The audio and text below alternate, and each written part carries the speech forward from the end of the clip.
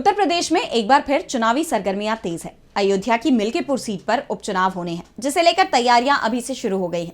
CM Yogi Adityanath mission Milkipur पर निकल पड़े हैं। इस सिलसिले में उन्होंने पार्टी कार्यकर्ताओं को सख्त निर्देश दिए हैं।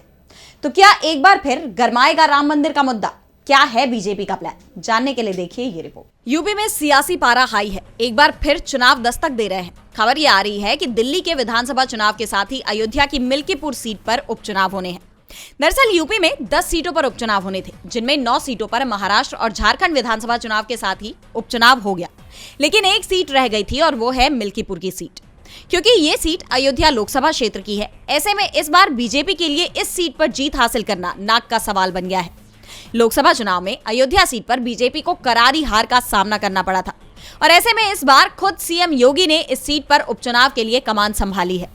इसी सिलसिले में अयोध्या जाकर सीएम योगी ने आचार्य नरेंद्र देव कृषि विश्वविद्यालय के सभागार में भाजपा पदाधिकारियों और कार्यकर्ताओं के साथ बैठक की। उन्होंने कहा कि जीत के लिए संपर्क और संवाद ही सबसे बेहतर रास्ता है। इसके साथ ही राम मंदिर को लेकर उन्होंने कहा कि हमने अयोध्या को विकास का प्रतीक बनाया है। हम विकास और सनातन के प्रतीक राम को मानते हैं। यानी उन्होंने इस बात के साफ संकेत दे दिए हैं कि एक बार फिर बीजेपी की तरफ से राम मंदिर का मुद्दा भुनाने की कोशिश होगी।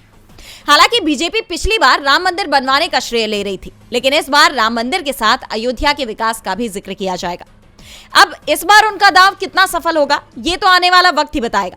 आपको बता दें कि मिल्कीपुर सीट से सपा के अवधेश प्रसाद विधायक थे, लेकिन लोकसभा चुनाव में वो अयोध्या सीट से सांसद बन गए, जिसके बाद से ये सीट खाली है। ऐसे में बीजेपी के लिए उनके क्षेत्र में जीत हासिल करना बड़ी चुनौती साबित होने वाली है। डीबी लाइव यूपी की रिपोर्ट।